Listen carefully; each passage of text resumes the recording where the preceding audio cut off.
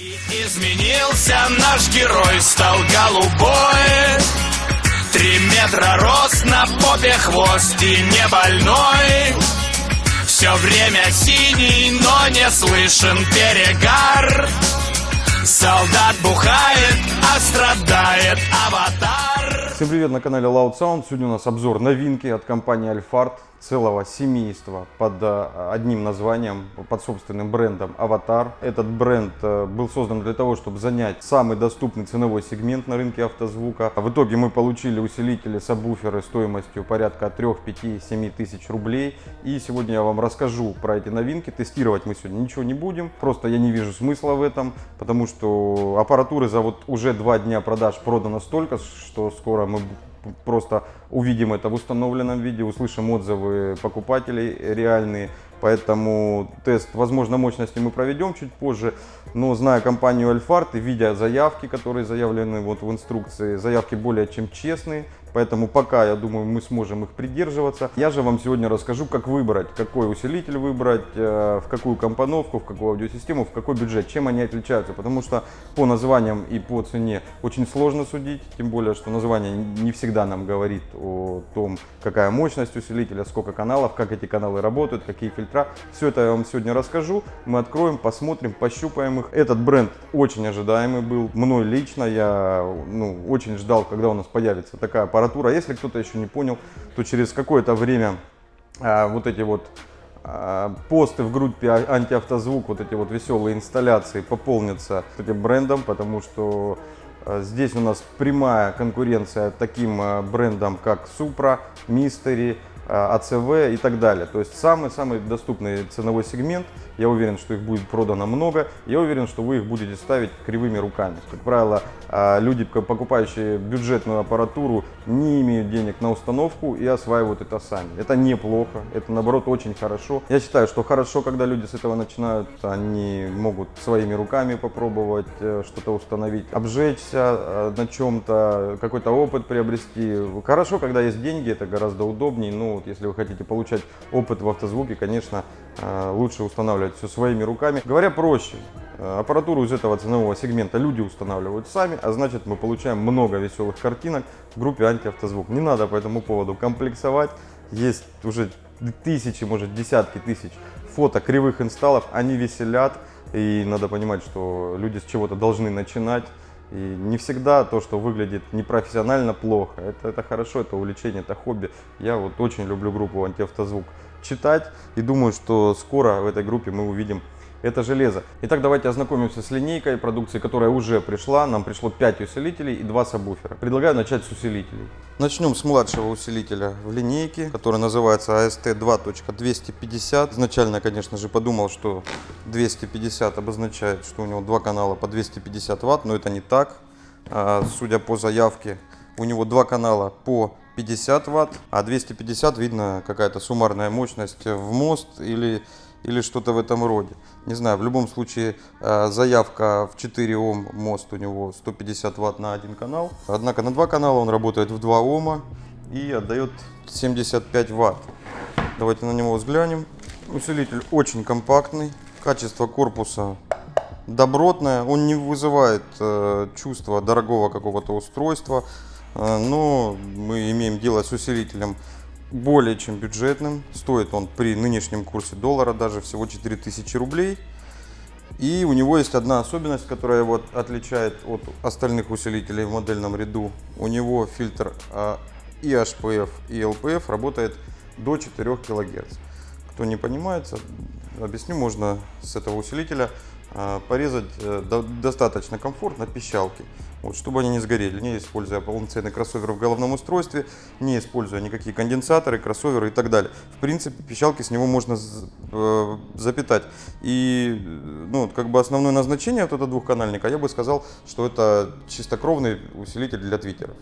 Можно его использовать и для динамиков, можно использовать даже как моноблок при мостовом подключении, но мощности он даст немного.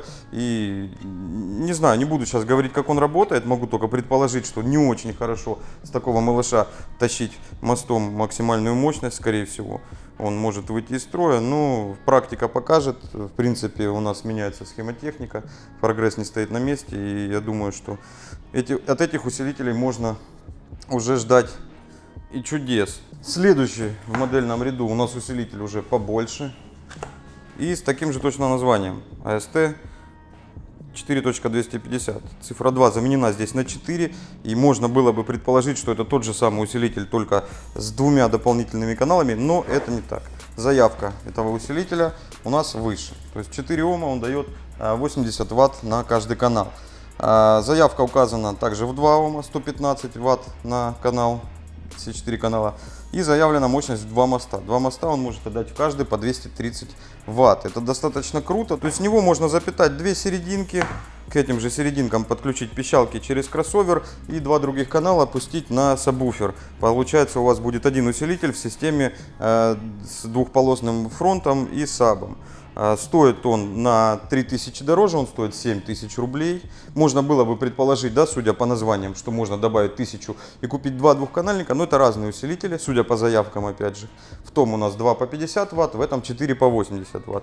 И в мост он отдает в каждый 230 Вт, а не 150, как младшая версия. В комплекте идут провода для подключения по высокому уровню, не показал я на двухканальнике, они такие же точно есть. Соответственно, вы можете, если у вас из головного устройства не выходят межблочники, взять сигнал от штатной акустики, вот сюда подключить вот этот штекер и к вот этим проводам примотать сигнал со штатной акустики, и он будет получать сигнал уже по высокоуровневому входу. Ну, очень удобно. Отличие также основное от малыша у нас, что нету нормального кроссовера. Ну, это нормальный как раз и есть кроссовер, а в малыше развитый, я бы его так назвал. Здесь кроссовер не развитый, всего до 250 Гц. И по HPF, и по LPF работают фильтры только или тот, вместе они не работают. Усилитель оснащен всего одним регулятором Bass Boost, что говорит нам о том, что производитель подразумевал подключение сабвуфера только к 2 каналам замощенным, а 2 других оставляют под акустику. У нас есть входы и также выход пасом, я так понимаю, никакой не обработан, и можете с этого усилителя пускать сигнал дальше. Удобно. Терминалы обычные, недорогие, под отвертку. Под отвертку это удобно, но выглядит это не солидно. Конечно, когда под шестигранник у нас зажимы, это выглядит гораздо богаче. Здесь же у нас ну, это бюджетный усилитель, здесь и не должно быть других площадок, однако вот отвертка это очень удобно. 2 предохранителя по 40 ампер видим, 80 ампер, то есть можно предположить, что на входе где-то порядка киловатта этот усилитель должен получать. Соответственно, отдает ну, где-то 800. То есть заявка в 4 по 115 более чем очевидна. Ну, не думаю, что будет сильное занижение мощности. Возможно, скоро мы его потестируем. Ну, пока вот имеем довольно честные заявки. И многие люди начали уже кричать, что так мало ватт. У меня там усилитель я купил какой-то там 4 по 600 за 5000 рублей. Ну, вот здесь, я так понимаю, владелец компании уже отходит от этих космических цифр и указывает честные заявки. И кое-что интересненькое. Этот усилитель является гибридом. Что-то среднее между этими двумя. Он имеет 4 канала, но с разной заявкой мощности. 2 по 50 плюс 2 по 100. Вот такой вот необычный усилитель, который как бы говорит нам о том, что 2 канала нам необходимо пускать на динамики и 2 на сабвуфер. Усилитель выглядит абсолютно идентично 4250. У них одинаковый размер, у них совершенно одинаковые корпусы, совершенно одинаковые фильтра, все надписи. То есть если закрыть название рукой вот здесь, мы получим 2 абсолютно одинаковых усилителя внешние. У них заявка суммарная одинаковая, 1200 Вт. Номинал предохранителей одинаковый. Абсолютно все клеммы, все надписи. То есть это 2 абсолютно одинаковых корпуса. Отличаются они, соответственно, кишками и вот этой надписью. Мы имеем здесь 2 канала для подключения динамиков и 2 канала для подключения мостом сабвуфера, либо более мощных динамиков. Например, мы можем подключить к нему серединки и мидбасы, там, если нам надо больше мощности на миды, подключить к более мощным каналам, на серединке к слабым каналам. Ну, либо использовать эти два канала как сабвуфер. Необычные два устройства мы получили, если честно, не припомню таких еще усилков, которые бы вот совершенно никакого отличия внешнего не имели. Вернее, если присмотреться, разницу небольшую видно, этот чуть-чуть темнее. Не знаю, будет видно на камеру или нет, тут 4250, чуть-чуть темнее. По-другому вы их никак не отличите, смотрите только вот на эту надпись. Ну и также разница в цене, за вот этот вот усилитель вам нужно будет отдать на 500 рублей больше, он стоит 7500. И моноблоки. Я их не буду открывать, никакой разницы вы там внешне не увидите, по настройкам тоже ничего необычного нет. Необычная у нас, наверное, цена. За 600 ваттный вам нужно будет заплатить 6500. За 900 ваттный 7,5. На 1000 он дороже, и я вам предлагаю ее не экономить, брать именно эту версию. Заявки у нас на 600 ваттном в 4 Ома 350 ватт, более чем честно. И в 2 Ома 600 ватт. Вот. Они указали здесь максимальную его, видимо, в 1 Ом будет он работать или нет, я не знаю. Я думаю, будет при правильном питании. Надо слушать, надо смотреть, проверять. И 900 ваттного у нас заявка тоже 550 ватт в 4 Ома и в 2 Ома 900 ватт. Тоже очень честные заявки, очень это радует. Не знаю, насколько это соответствует действительности. Возможно, скоро мы проверим, потестируем их, когда соберем тестовый стенд. А пока имеем вот такие вот классные устройства и очень недорогие. 6500 и 7500. Вы должны понимать, что это все с учетом роста курса доллара. Года 3 назад такой усилитель стоил бы порядка 3-4 тысяч всего лишь. И сабы. Сабы, я не буду вас обманывать и говорить, что мы получили то же самое качество, что DevBonds 4-дюймовый, только за 3500 рублей. Но, однако, мы имеем за 3500 сабвуфер со строчкой, очень качественно склеенный. Здесь нет ни излишков клея, ничего такого.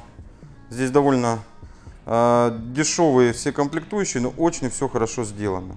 У него 2-дюймовая катушка медная, небольшой совершенно ферритовый магнит.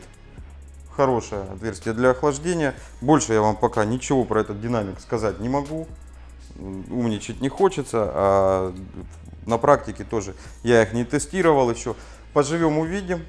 Их тестировали компания Альфард. Я прекрасно знаю, как у них проходят тесты. У них тестовые образцы долго мучают, потом серийные. Если в серии что-то не так, они все переделывают. Посмотрим, как они в простонародье будут жить. Ну, вы должны понимать, что чуда от него ждать не надо. Он стоит 3500. И у нас есть версия 15-дюймовая за 4000. На 500 дороже вы получаете 15 калибр. Вот. Тоже открывать не буду, абсолютно одинаковые устройства. Подведем итог. Мы получили действительно очень бюджетную аппаратуру. Со слов владельца, я ему верю, ее очень хорошо тестировали. Это действительно очень качественные устройства по действительно доступной цене. Чудес не бывает. Это слабая аппаратура, это бюджетная аппаратура, но она выполнена качественно. То есть у вас нет богатого функционала, у вас нет каких-то там супер заявок мощности, но вы получаете за довольно небольшие деньги дорогу в автозвук, вы можете начать свою аудиосистему, вы можете купить двухканальник на пищалке, вы можете купить 4-канальник гибридный на меды с серединками, и вы можете купить моноблок. Все это вам выйдет в более чем доступный бюджет, учитывая, что у вас получится трехполоска с поканальным подключением. Вы можете позволить себе теперь сабвуфер за 3,5, за 4000 рублей. Мы также ждем бюджетную линейку, там будет сабвуфер за 2500 и дорогую. Там будут сабы с 4-дюймовыми катушками, порядка 25-30 тысяч рублей и магнитолы. Этого еще у нас нет, это тоже мы обязательно посмотрим, потестируем. Пока же у нас есть двухканальный малыш с развитым фильтром. Обычный 4-канальник за 7000 с неплохой мощностью, гибридный 4-канальник с разными каналами, 2 чуть слабее, 2 чуть сильнее, 2 моноблока на выбор с разницей всего в 1000 рублей и 2 сабвуфера 12 и 15. Сопротивление у них одинаковое, неизменное у этих моделей, у линеек старше будет изменяться, то есть здесь вам заморачиваться совершенно не нужно. Респект огромной компании Альфард, они вот сделали такую линейку, из которой А совершенно не имеющий опыта человек с минимальными там знаниями, вот даже посмотрев этот обзор, сможет достаточно грамотно сделать выбор, подобрать себе компоновку. Если вы этого сделать не сможете, обращайтесь ВКонтакте к нам, на почту, на сайте у нас есть консультация. Мы вам подскажем, какая аппаратура подходит вам лучше. Заказывайте у нас в Loud Sound вот эти вот усилители, потому что я прекрасно знаю, что мы снимаем обзоры, покупают их много где, мы делаем продажи другим людям, деньги мы за эти обзоры не просим. Ну, рекомендуем вам покупать Loud Sound. Вы получите качественный сервис, вы получите скорейшую доставку, бесплатную доставку, либо скидку на доставку, если будет, ну, если это далеко нужно отправлять и стоит достаточно дорого. Ну и, конечно, наши призы, подарки, наклейки, кружки, брелки, вонючки и так далее. Это канал Loud Sound. Если вы еще не подписаны, обязательно подписывайтесь. У нас очень много всяких видео. У нас не только про автозвук, не только обзоры автомобилей с музыкой, но и обычные автообзоры. Много юмора и всего остального. Надеюсь, вам понравилось. Надеюсь, вам было полезно. Если это так, ставьте, пожалуйста, вы знаете там, что ставить. И делитесь, вы знаете, с кем делиться. Все, всем пока, живите громко. И льется кровь, идет война, добра со злом. Но мы же знаем, кто в конце всех победит. Узнает мир, на что способен инвалид.